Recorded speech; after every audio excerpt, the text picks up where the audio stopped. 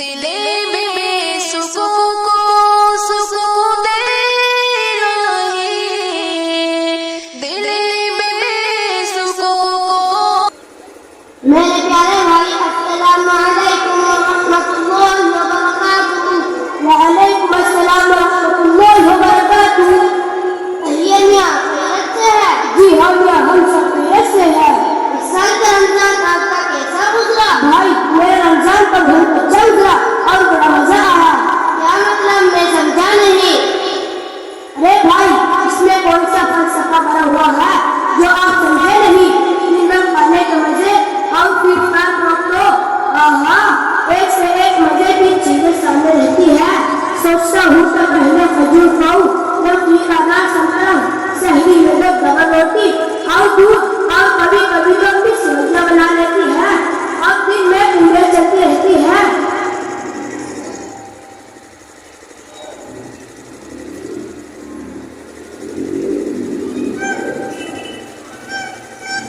اچھا تو ہے مزے سے رمضان گزرنے کا مطلب، اور اس کا مطلب یہ ہے کہ آپ کون سا بیان کر رہے ہو؟ ارے میاں، تم کو شرم آنی چاہیے، اتنے ہٹے کٹے ہو کر آپ روزے نہیں رکھ سکتے۔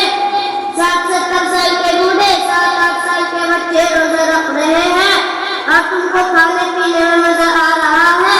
ارے میاں، ہم تو اللہ نے صرف کھانے اور پینے کے لیے پیدا نہیں کیا کہ بس کھاؤ اور مزے اڑاؤ۔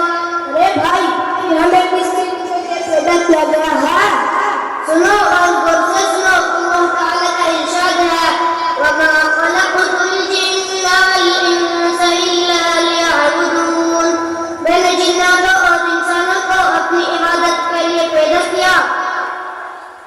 ہاں بھائی، یہ تو میں بھی جانتا ہوں، اس لیے تو جمعہ کے جمعہ نماز میں آتا ہوں اور بھی بقرعید کی نماز نہیں چھوڑتا ہوں اور الوداع جمعہ کا روزہ بھی رکھتا ہوں۔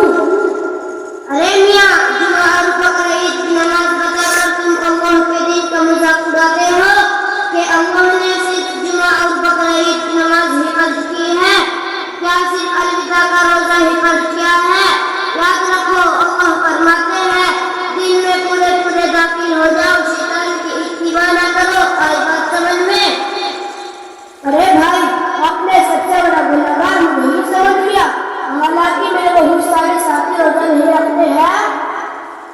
ارے بھائی، آج کیوں برا مان ہے؟ اصل میں روزہ نہ رکھنے سے اللہ تعالیٰ سخت ناراض ہوتے ہیں، اللہ کا غضب بڑھتا ہے۔ جس سے اللہ تعالیٰ ناراض ہو جائے، کیا وہ بندہ کامیاب ہو سکتا ہے؟